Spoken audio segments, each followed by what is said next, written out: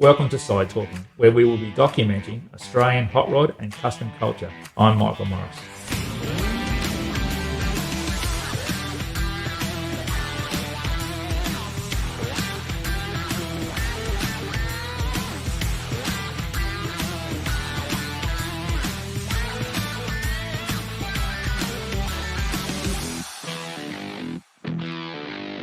Perfect. Big Al Fountain now, one of the most popular men in Top Door Slammer, that's for sure. Gets the door open on the hot Gargo utility to get some of that tyre smoke out. Lucky Baleri, the Commodore. He's got the support of all the Holden fans, but as I say, Al Fountain has done plenty in the Wild Bunch Racing and now in Top Door Slammer. Very popular man here at Eastern Creek Raceway. Top Door Slammer, an exhibition bracket at the grand finals this year, but from December on, it's all championship racing for these guys. Valeri, he qualified down the field a little bit, 4 and 5 with this pair. Al Fountain will be taking the battle right up to Lucky Valeri, there's no doubt about that. You'll hear the revs build as they bump in. Valeri with a problem, the Commodore goes nowhere. Al Fountain absolutely hauling down Eastern Creek, 7:36, 301 kilometres an hour. That's popular, the crowd just love these drivers. Today we're talking to Al Fountain, hot rodder, drag racer, Salt Lake racer, custom builder, bike builder, fabricator, designer, problem solver, and mentor to many. Welcome along, Al, to Side Talking. Thanks, Michael. It's good to be here. So, you've built heaps of cars over the years, like heaps of cars. You've raced Wild Bunch, you've raced at the Salt, you've raced it, obviously, at the Lake Gairdner at the Salt, actually, in Bonneville, in America. You've done mud racing, you've done all of it. So, what got you started in hot rodding? Well, back in the 60s when I was a young whippersnapper, with a few mates, we were in a hot rod club called the Vikings, which was mainly drag racing orientated. And at the time, a guy I worked with wanted to build an altered. So me and another mate gave him a hand, and it was a T bucket with a 394 Olds motor in it. It was called Canned Heat. We ran it at Castlereagh. It ran about 11 seconds at the time, which wasn't too bad. I had a couple of drives and really got me hooked. And that's where the beginning started. That's where it all kicked off. So that sort of got my interest in cars, although I didn't have much money at the time. But it got the passion going. And what was after that? You had a bike, you had a drag bike? I started to build a drag bike. I borrowed a frame off a drag racer from Castlereagh, a Hagen frame that he brought out from England. And I made a copy of that. And I had a V-twin Harley motor that came out of a speed car. I used to race at the Sydney Showground Speedway that my cousin owned. He had a bike shop at the time, and he told me I could use the motor. I bought a Avon slick in from England. The bike was coming along quite good, and then my wife said to me, well, at the time, my girlfriend at the time, before we got married, you're not really going to ride that, are you? And I said, yeah. She said, I don't think so. And my dad said the same thing. So under pressure, I've had to get rid of it. So it's obviously the only time you listen to your wife. Yes. Oh, well, I shouldn't say that because she might watch this and I might cop the consequences. But yeah, that got me going, and then we got married, and we were saving for a house then, obviously. And then I moved from Sydney up the coast and started my own plumbing business. And a couple of years into that, and I seen this hot rod advertised in one of the local papers, a 32 Ford sedan. It was after the 73 Nationals. And I went and had a look at it. And I thought, I've got to have that. So it was $2,600 Wow. registered on the road. So thought we'll get that. So we sold the family car, and that was our family car. The Ford that Ellen used to drive all the local kids to school in, do the shopping in, and that got me going into street rods. Yeah, wow. Cool family car. 32 sedan. Yeah, so I had that for a few years and decided to do a few changes. I painted it a different colour. It was blue. I painted it jade green, a Holden colour. Put a small block Ford in it, got rid of the Chev, and drove it in that like that for a couple of years. Went to a couple of nationals in it, and then decided one day it'd look good with a lower roof, so I chopped it. So how much did you chop it, do you think? Chopped it 4 inches. Yeah. And steel framed a fair bit of it out at the same time. Also built a new frame for it. I was going to paint it LE red. I had it all edged out with LE red. And then I was down in Sydney one day and a Porsche came past me, bright green. I thought, wow, that's a good colour. Oh. So I changed my mind and painted it jade green. Ascot green, wasn't it? Ascot green, yeah. Painted it Ascot green, and and Les Witter bought a set of Centerline wheels in for me from the States, and I put them on it, and that's how that car originated. Yeah, it was a good looking car, that. Yeah, I was really happy with that. Drove it everywhere. Had a full stainless belly pan on it, punch full of louvers that a friend of mine, Gary Rice, done. Pam Cooley done the trim on it for me. Yeah, okay. And we had many great years of pleasure out of that car. It was good. So you sold that to buy what? I sold it at the 73 Nats, 83 Nats, sorry, at Mildura. And I didn't quite know where I was going from then. And then I had the Sydney Morning Herald out not long after, and I seen a Boss 302 Mustang advertised. Yeah, okay. So I rang the guy, and it happened to be a hot rodder. It's Tony Brooks from Albury. It was his brother's car in the US. Right. So I went down and had a look at that and bought it. It was the only factory drag pack Boss 302 in Australia. It was a weapon of a car. I bought that, and I drove it around town a bit with the US plates on it. And one of the local cops pulled me up one day, and he said, best you take this home until you've got legal rego on it. I said, well, the rego is still current in the US. He said, take it home, please. So that was a really, I converted the car to right-hand drive. Put a lot of miles on it, was good. And got a phone call one day from George Shepherd, who was Dick Johnson's mechanic at the time. And he said, I'd like to come and have a look at the car. So he flew down. I let him have a test drive. And he said, yeah, we'll take it. And he went to the bank, got me the money, and he drove it home. Wow. And where did the 32 truck slot in? Was that after this or before? No, the 32 truck I built while I had the 32 sedan. I found it up at Mangrove Mountain at Vintage Motor Garage. Oh, yeah. They had it sitting up there, so I bought that.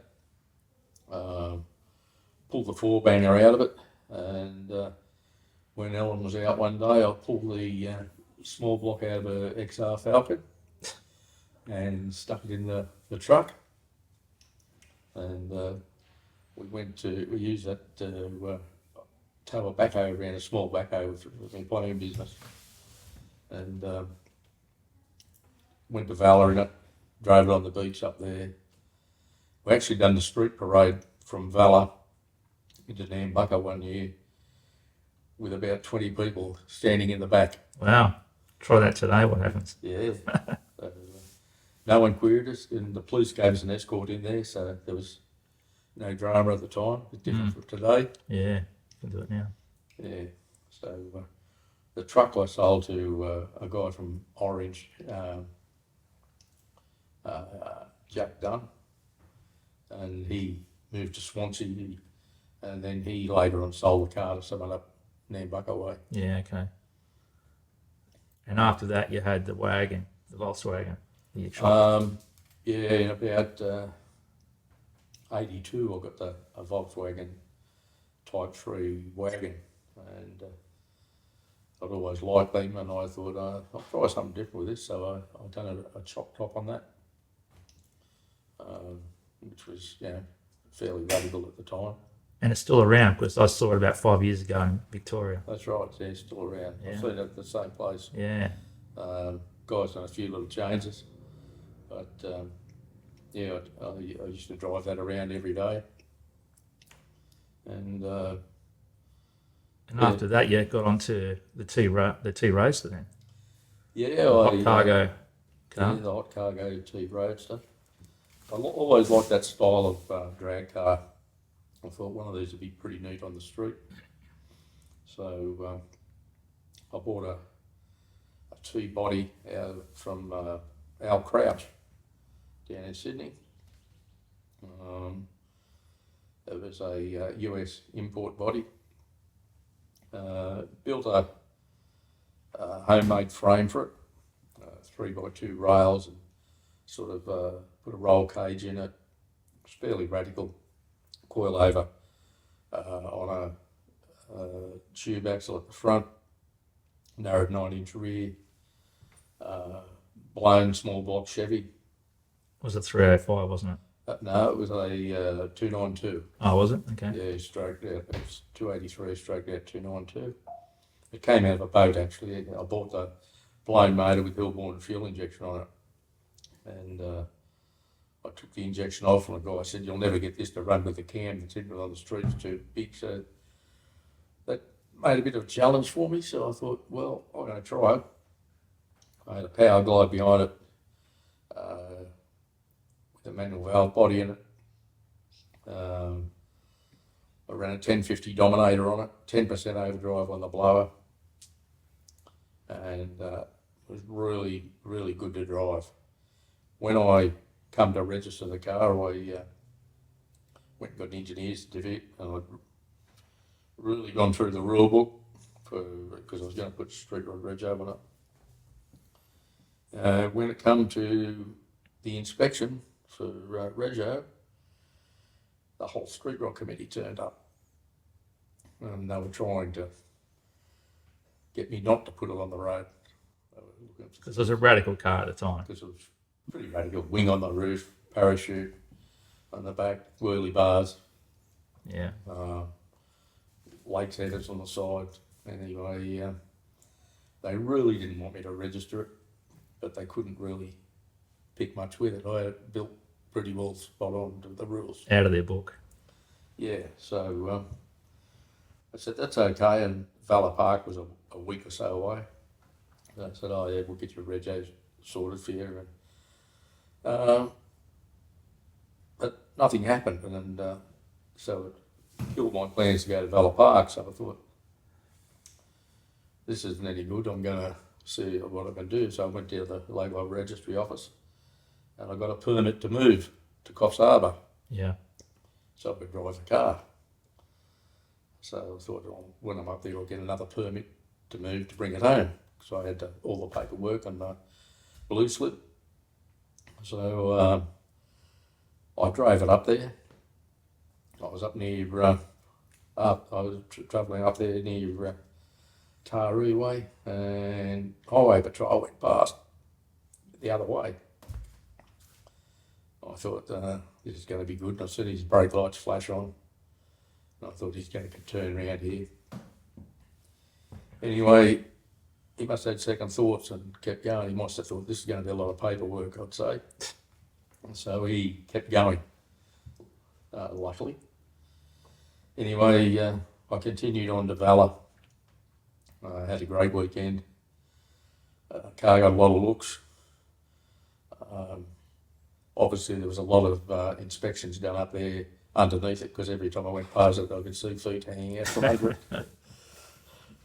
But, I think there's actually a photo in Street Rider where all you see is people under the car. Right. Looking at it.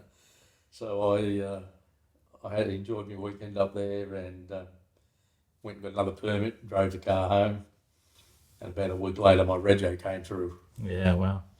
So that was a bit of an experience with that car. A guy from a few years later, a guy came up from Wagga to have a look at the car. He wanted to build one very similar, and he came up and he had a look at the car and took all the details, measurements, so forth, and then he left.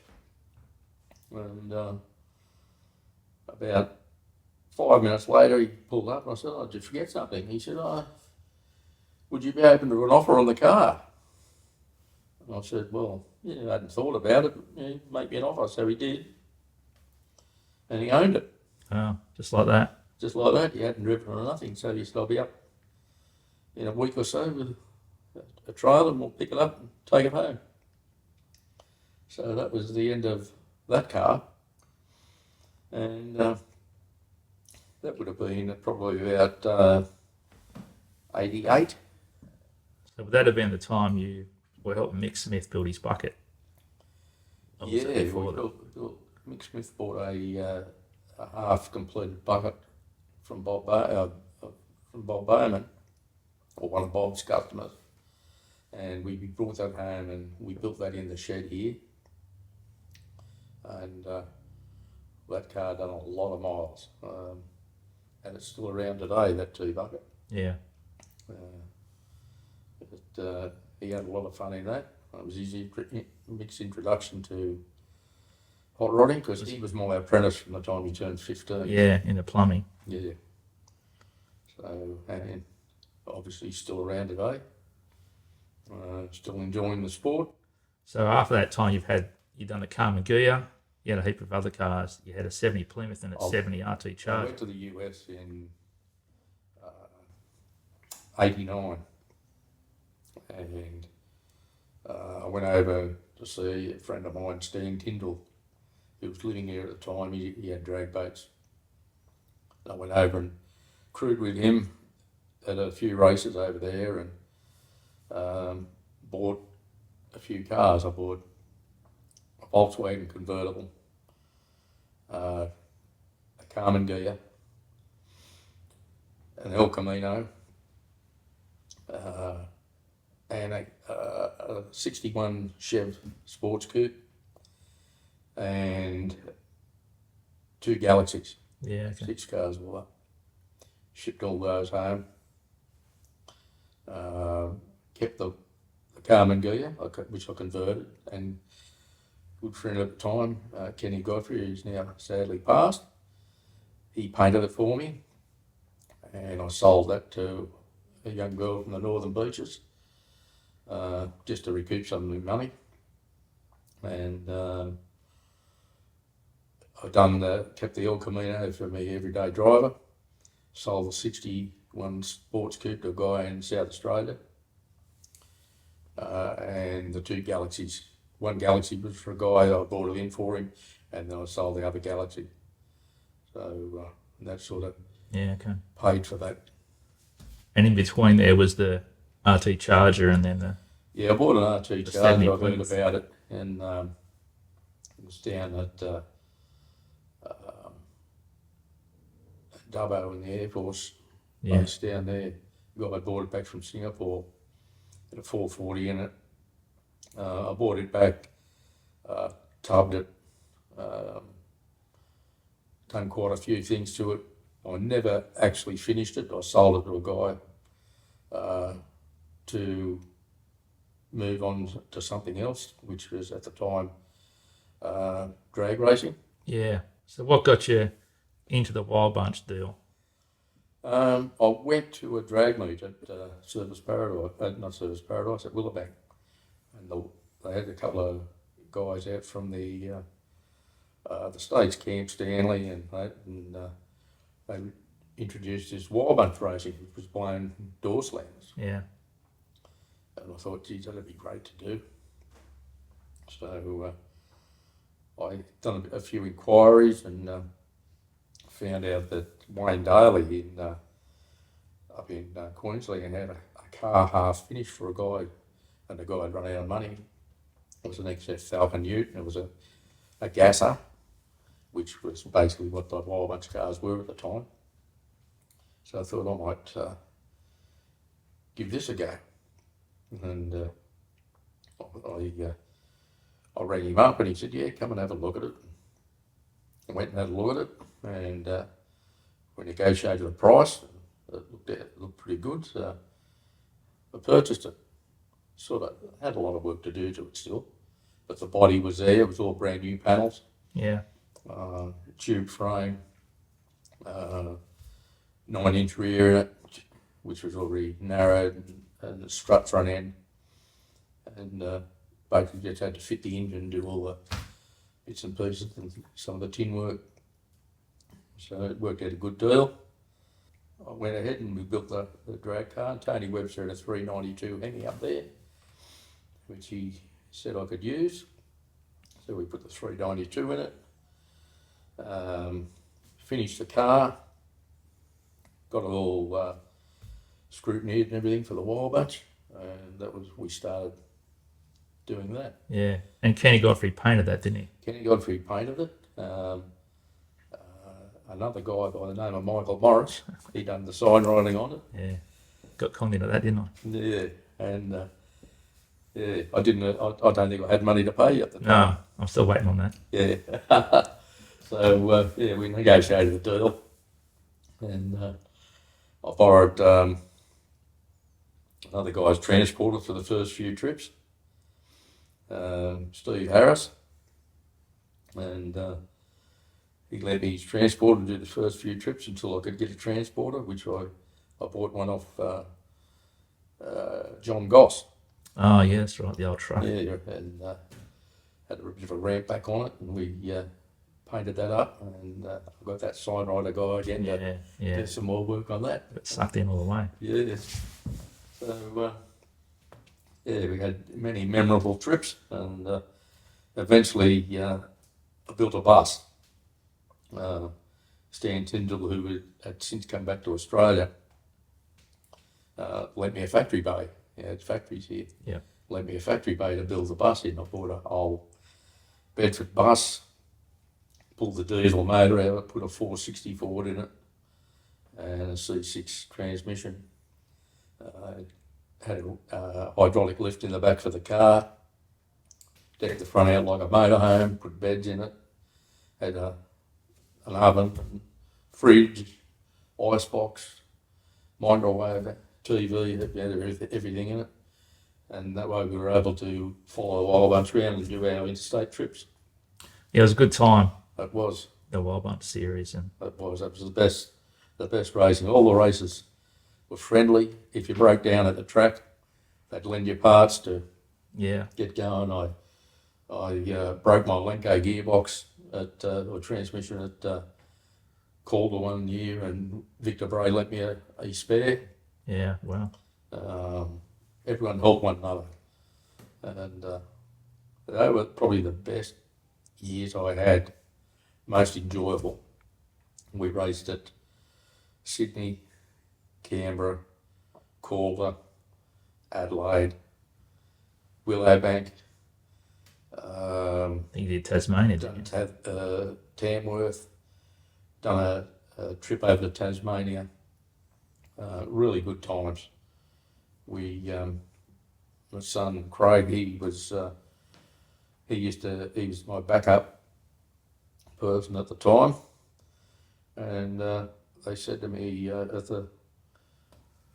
the start line one day, is your young bloke old enough to be out in the track? Because he had to be at least 15, I think. I said, oh, yeah, he's 15. And he was backing me up, and he actually got to drive the car when he was 17. Yeah, I remember that. The meeting was on a Father's Day.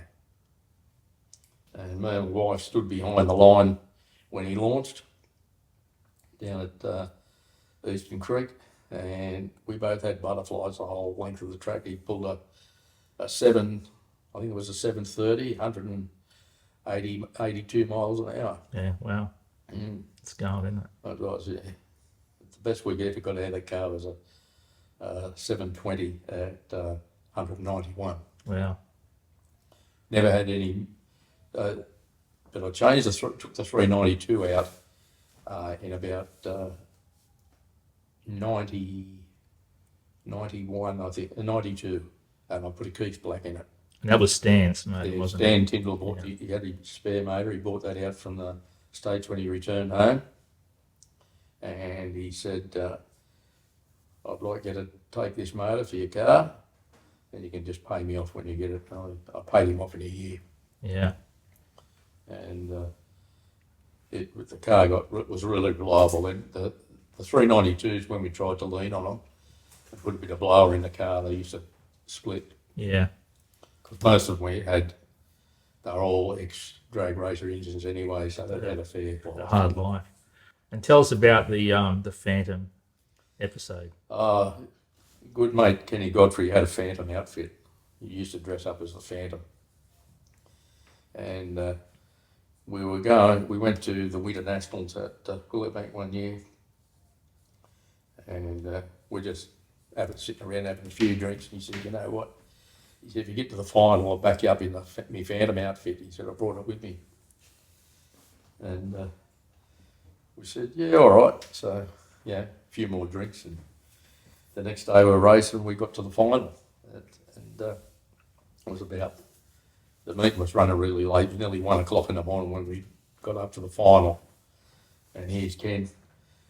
He backed me up in the final. His knees were knocking together because he didn't have a lot of beef on him. It was pretty cool.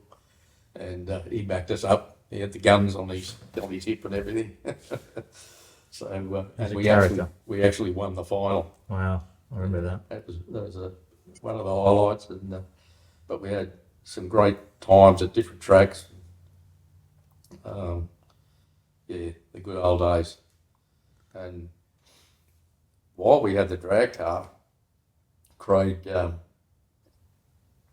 found a Buick Sednet. A friend of ours, Mark Bushby, who has actually painted a few of our cars.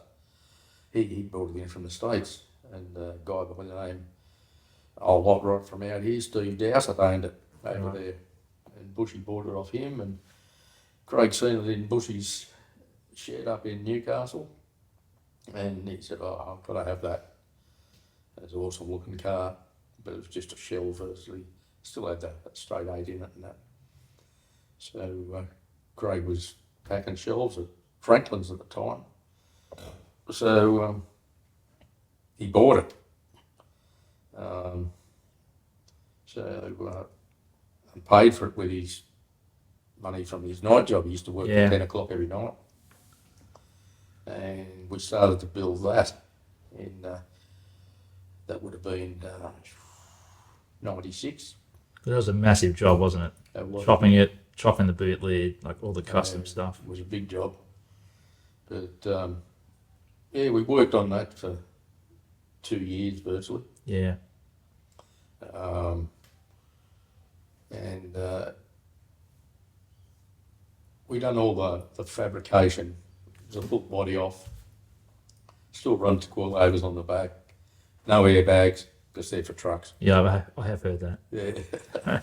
But put the Buick motor in, adapted the C4 to it, and chopped the tops 3.5 inches even had to get a custom-made windscreen made for it at the time. Mm-hmm. A guy out here that it was a welder. He welded all the stainless moulds back together and finished them up, and it was a massive job. And Bushy that Craig bought the car off actually painted the car for us. Yeah, that's right. He was a brilliant painter, and Craig got that registered in '97, and I think he took it to Valor that year. Yeah. But and I left then and went to the US for 3 months. A bit of a camping trip in a motorhome or all over the place. Yeah, I remember that. I went and run into a lot of old hot rod people. Larry Watson, Von Franco, Steve Dowsett. We met up with him over there, and he took us around, to a lot of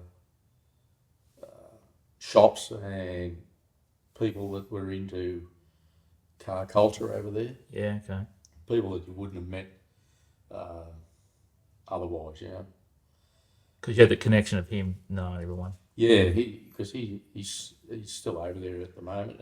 He lives there permanent now. He took us to a lot of places and met people that were prominent car builders at the time. Yeah. And guys that are still around. So. And then when you come back, you got into the Roadster, and you also were building the bomb disposal, weren't you? The Studebaker. Yeah, another friend of mine, Ian Leach, he had a Studebaker many years before, and I had mentioned to him that I'd love one, and he rang me up one day. He was living at Griffith. He said, "Do you still want a Studebaker pickup?" And I said, "Yeah." He said, "I can get you one down here in Griffith." He said, "I found one on a farm and the guy doesn't want it." And I said, "How much is it?" He said, "It's free." So I made arrangements to go down there and get it, and he borrowed a high-ab truck off his boss and went out and picked it up for me. Wow. So I gave Ian a bottle of bourbon. I gave his boss a bottle of bourbon, and they loaded it on a trailer for us, and we brought it home. And that you ended up putting a Cleveland in that, jag front and rear. In it, jag front and rear. Chopped it. Drove it for many years. And that was called the bomb disposal. Called the bomb disposal unit. That sign writer guy done a bit of work I think they get roped in a lot of jobs. And a bit of pin lining. At the time, you were looking at doing salt racing, weren't you? Yeah, well, when I finished the 32, talking to Neil Stamp one day, and him and John Lynch had been talking, and they said, "Why don't you come try salt racing?" So I thought, I don't know whether that interests me that much, but anyway, I'll go down and have a look. So we went down to Lake Gairdner one year and instantly got hooked. Yeah. So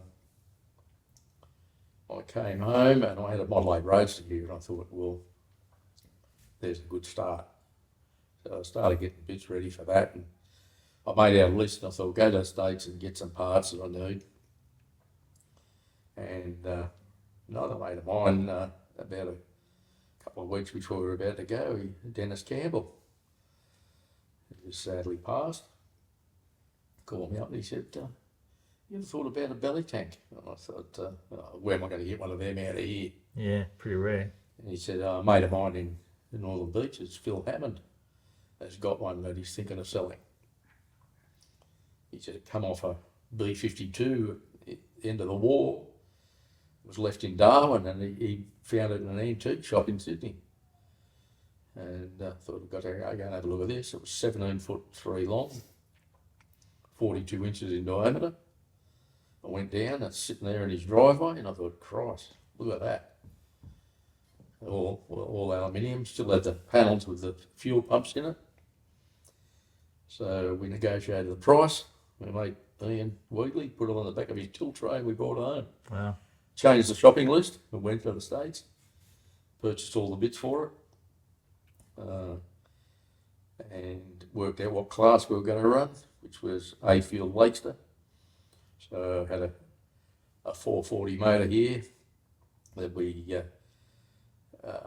took out to 493, which had to be under 500 cube inches for the class. Set of aluminium heads on it, put a tunnel ram on it with Enderley bug catcher in injection, running on methanol, and it pumped out 700 horsepower up the back wheels. Wow. You built the whole frame on that torsion Built the whole bar. frame in that. Yeah. Craig done all the machine work because Craig's a machinist. So when I need machine work, it's got to be exactly get him to do it because he's pretty good at that. Ran torsion bar suspension all around, so you could adjust the weight. You could move a couple of pounds from corner to corner just by turning the screw. We debuted the car in, I think it was 2006. Was its first run. Yeah. Down there At Lake Gairdner. at Lake Gairdner. Had to do licensing and so forth. 1 year we run top speed of the meet, which was 227, and we eventually reset the record for that class at 235 miles an hour, which still stands. My name's Al Fountain, and this is my A Fuel Lakester. A for the engine size, it's 493. We've kept it just under 500. Fuel is methanol, and Lakester is the body style. The record is, I believe, 211 mile an hour, held by John Lynch. So if we can go 212 or better, we should take it home. It started life as a drop tank on a B-52 bomber. It's running a big block Chrysler 440 stroked out to 493 cubic inch.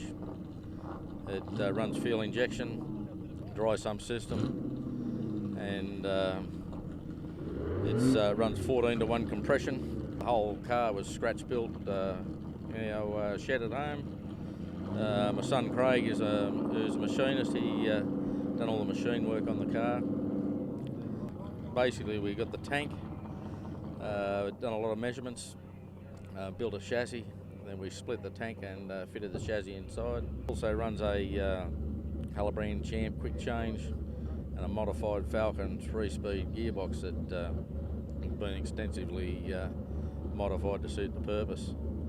The car runs suspension all round using sprint car torsion bars, so it's fairly adjustable. We can move weight from corner to corner, which helps in the balance of the car. The weight bias on the car is 60 to the rear, 40 to the front, so that's fairly stable. The way we got into this sport is we used to drag race in wild bunch class in drag racing, which then went to Group 1, which got a bit expensive for us, so we did that away. Went back to hot rodding. Starting to get a bit itchy feet, and John Lynch and Neil Stamp suggested to me that I should maybe try salt racing. So after a bit of persuasion off them for a couple of years, I decided to give it a go. So far, this is the first year we were here, 2006. Had a couple of teething problems, but we managed 168 mile an hour.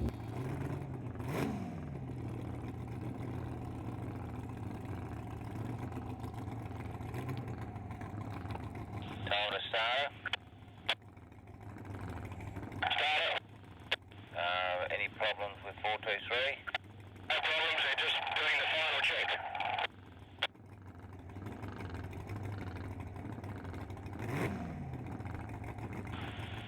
Time of the starter. Starter. You know if this vehicle will run long course? Will run long course. Good.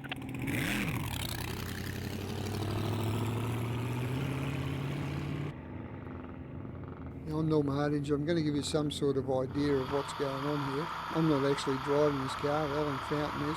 It's a pretty awesome car. It's one of the most beautiful Lakesters out here. car's got 2 miles to build up here. It's reasonably stable at these speeds, except when you're changing gears. You can tend to get the tacho bouncing up and down as the rear wheels are spinning.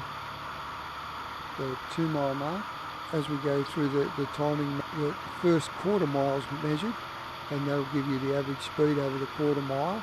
And then from the start of the timing to the next mile marker is measured, and you get the average speed over that mile. We're into the timing section now. You'll see coming up just now is the first part of that's quarter mile timing. We're up, not on full speed, but we're getting close.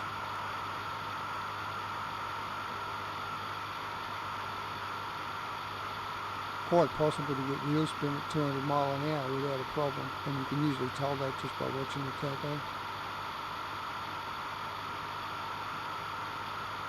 All this is happening in real time. This is the actual amount of time it takes to do it. They've gone through the 4th mile and they're heading between the 4th and 5th. Unfortunately the track's pretty rough up here, so we're going to try and slow the car down now. You can see we're getting the shakes and we're starting to move all over the place. Pretty scary feeling. It's like skating on ice in some parts.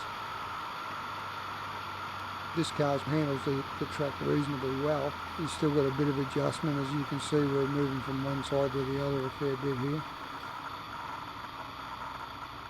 Shoots out. We're starting to slow down nicely. We'll pull off now to the right, get off the track, get out the way and let someone else have a run. We'll try to pull off right near the return road if we can. If Alan was to pull to the left of the track, that would indicate to all the safety crews that he had a severe problem. Yeah, you've done a good job there, mate. Good on you.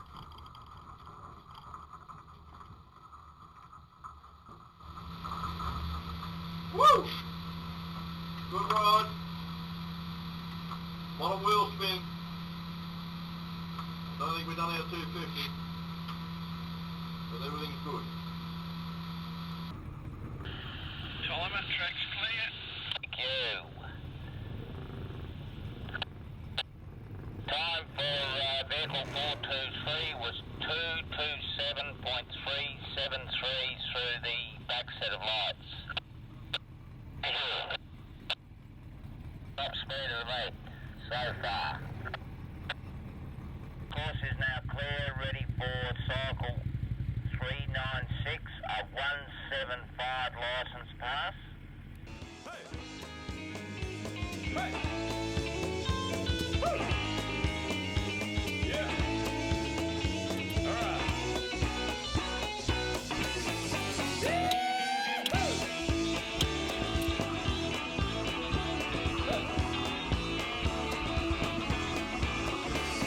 We were planning on taking the car to the US, but I had to put up a $10,000 car note in case I sold it over there. Logistics over there was going to be a problem because if you haven't got a trailer to take it to Bonneville, you've got to, if you take it out on a transporter, you've got to get a crane to take it off because they weren't using IABs at the time. Over Yeah. And it was super low as well, wasn't and it? it was only 2 inches off the ground. So what we done, I went over there in 2009 to Bonneville and seen a Studebaker Avanti for sale, and it was an awesome looking car. It was actually the fastest Avanti in the world, which was a record holder, 213 miles an hour. And got talking to the guy and negotiated the price. I had Al Scott with me and Ian Wheatley, so we thought, we'll go thirds in it Yeah. and leave it here and come over and race it at Bonneville in 2010. So the guy agreed to the deal.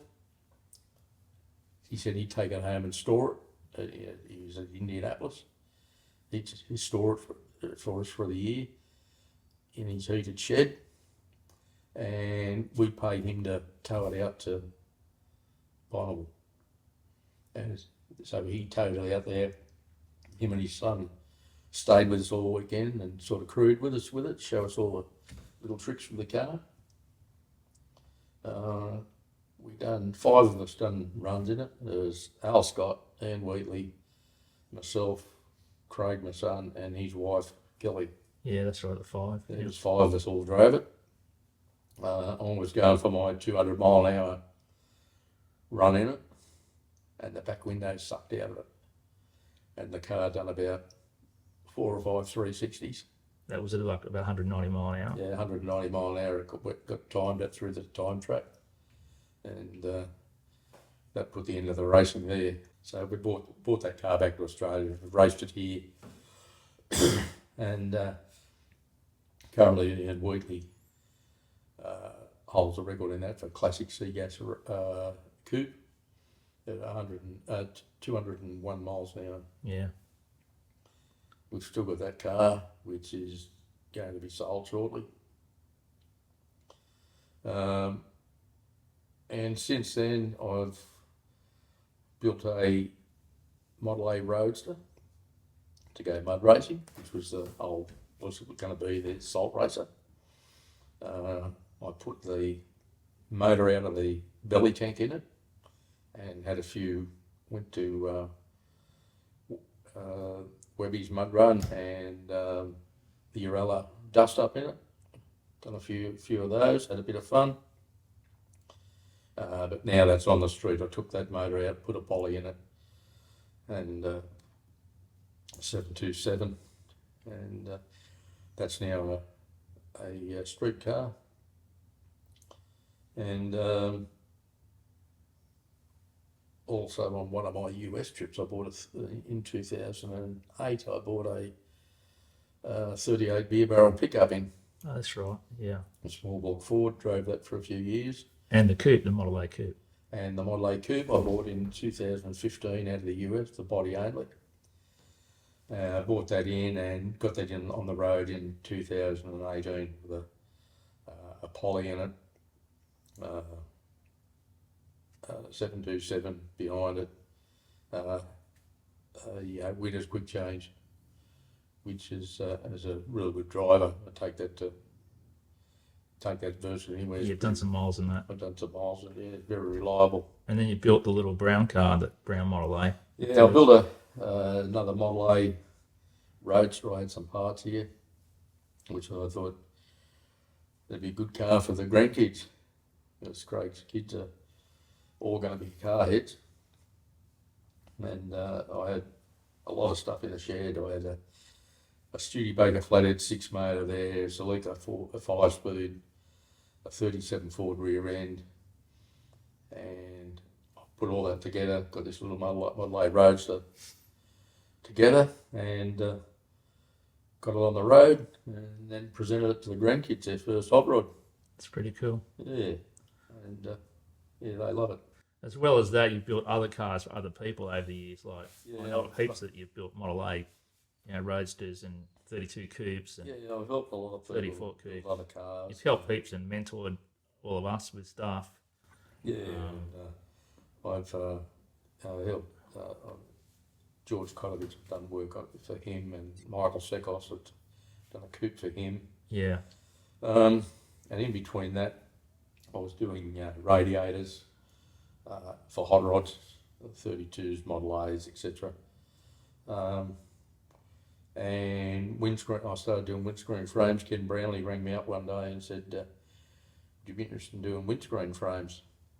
Because the guy that used to do his was getting out of it. He was retiring, so I started doing those. He sent me up all the moulds around the windscreen areas of the bodies he was doing. I started doing the windscreen frames, but done those for many years. From I think 2008 I started those. And you got onto the E&J lights and then the Buick brakes, and Craig did a lot of machining. Yes, we started doing cast aluminium parts in about 2004, I think it was. Started with carby scoops, then we done valve covers, polys, Clevelands, fuel logs. Then we started on the fin brake kits, drum brake and disc brake kits. It's we don't do the windscreen frames anymore because the chromer closed up and retired. The glass guy closed up and retired. Very hard to get anything done those days. Now the casting guys closed. Yeah, the casting guys So it's all closing up. sort We've of- still got a lot of castings here. They made me a fair bit of stock before they closed Yeah. up. But yeah, it's very hard to get things done these days. You know, Yeah. People aren't interested. But You've definitely had a busy car life, you could say. yeah, That you've packed into it. So. Still enjoying them. Do a few road trips with a few friends every year, and I go to the reliability run usually every year, which is a great bunch of guys. And your test run and your tail dragger, they're good things. And I've got a great bunch of friends around this area where I am. And if I need a hand, I only got to call out and they give me a hand. As I always said, it's not a hobby, it's a lifestyle. It is a lifestyle. And that's what it is. It is a lifestyle. And